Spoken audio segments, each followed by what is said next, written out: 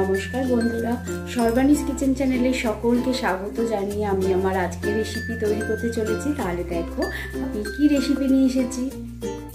বন্ধুরা, আজকে আমি তৈরি করলাম পটলের কোরমা। এই পটলের কোরমাটা তোমরা নববর্ষের প্রথম দিনে বাড়ির সকলের জন্য তৈরি করে ফেলতে পারো। কম সময়ে কম উপকরণে দারুণ একটা সুন্দর রেসিপি, বাড়ির লোকেরা প্রত্যেকে খেয়ে মজা পাবে।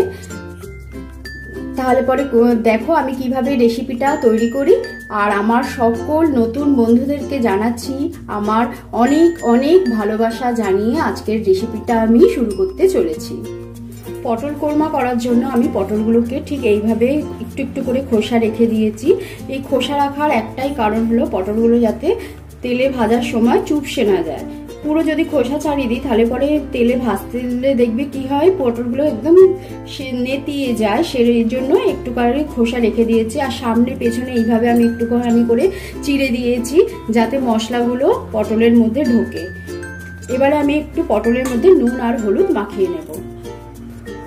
দেখো অল্প করে, একদম অল্প করে একটু নুন দিয়ে দিলাম আর দিয়ে দেবো একটুখানি হলুদ দিয়ে পটলগুলোকে ভালো করে মাখিয়ে নেব।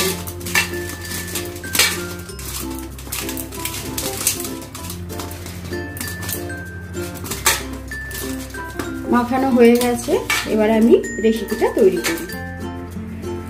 দেখো পটলগুলো ভাজার জন্য আমি সাদা তেল দিচ্ছি। তোমরা চাইলে এই রেসিপিটা সর্ষের তেলেও করতে পারো, আমি সাদা তেলেই করলাম। তেলটা গরম হয়ে গেছে, এবার আমি পটলগুলোকে দিয়ে দেব। পটলগুলো একটু লাল লাল করে ভেজে নেব।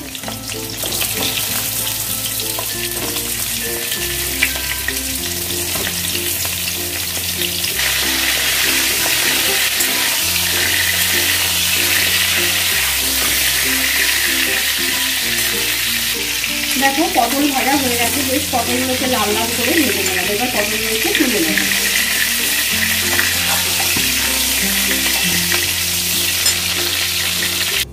দেখো কড়ার মধ্যে যা তেল আছে আমি আর তেল দেব না। এবার একটা তেজপাতাকে দু টুকরো করে দিয়ে দিলাম। দিয়ে দিলাম একটা দারচিনি, দুটো এলাচ আর 3-4টে লবঙ্গ। মশলাটা একটুখানি বেশ ভাজা হবে। মশলাটা ভাজা হয়ে গেছে, এবারে আমি পেঁয়াজ, একটা মিডিয়াম সাইজের একটা পেঁয়াজ বেটে রেখেছিলাম সেটা দিয়ে দিলাম।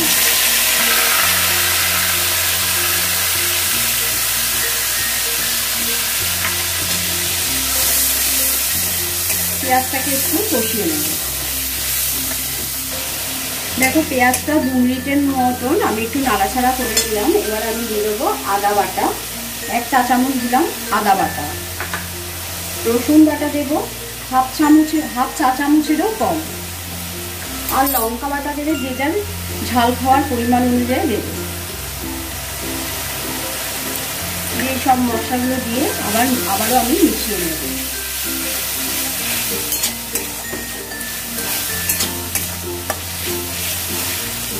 দেখো আদা রসুন দিয়েও আমি 2 মিনিটের মতন কষিয়ে নিলাম। আর গ্যাসের ফ্লেমটাকে কিন্তু আমি এখন একদম কমিয়ে রেখেছি, নাহলে নিচে লেগে যাবে। এবার আমি দিয়ে দিচ্ছি কাশ্মীরি লঙ্কা গুঁড়ো 1 চা চামচ।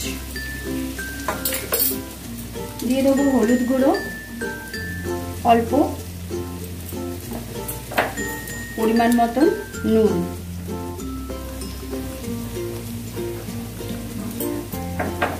দিয়ে আবারও সব মশলাগুলোকে মিশিয়ে নেব। দেখো আবারও আমি 30 সেকেন্ডের মতন মশলাগুলোকে নাড়াচাড়া করে নিলাম। এবারে আমি দিয়ে দিচ্ছি টক দই। 3 টেবিল চামচের মতন টক দই আমি ফেটিয়ে রেখেছিলাম, সেই টক দইকে দিয়ে দিলাম।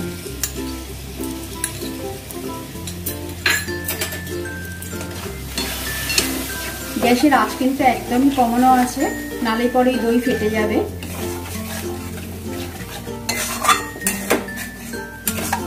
দই দিয়ে আবারও আমি কষিয়ে নেব।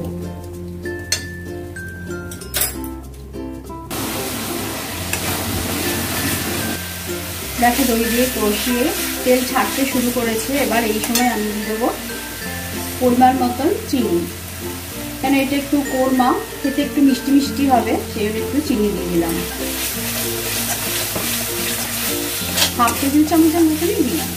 এবারে আমি পটলগুলোকে দিয়ে দেবো, দিয়ে মশলার সাথে পটলগুলো ভালো করে মিশিয়ে নেব।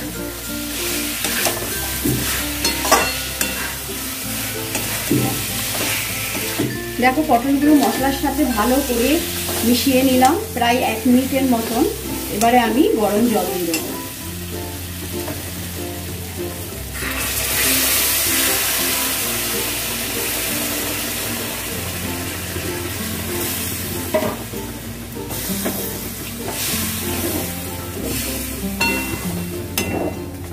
একটু ফুটে উঠলে একটা লিড দিয়ে ঢেকে দেবো, যাতে পটলগুলো একদম সুসিদ্ধ হয়।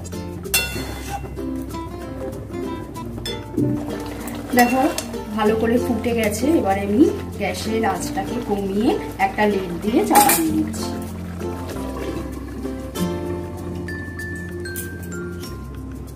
তিন মিনিট পর আমি লিডটাকে তুলছি। পটলগুলোকে একটু উল্টিয়ে দেবো।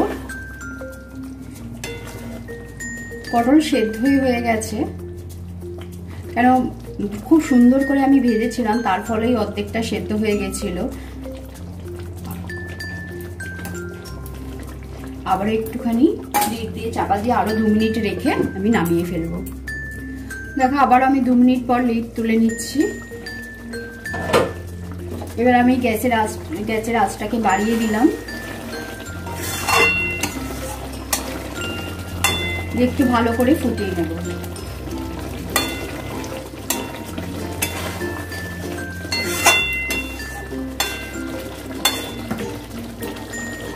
পটলের কোরমা রেডি। এবার নামানোর আগে আমি একটু নারকেল কোড়া দিয়ে দিলাম, অল্প করেই নারকেল কোড়া দিলাম। আর দেব 1 চা চামচ ঘি,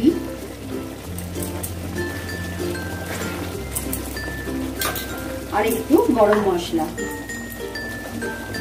এটা আমার ঘরের তৈরি গরম মশলা, একদমই অল্প করে দেব। দিয়ে ভালো করে নাড়িয়ে চাড়িয়ে নামিয়ে নেব।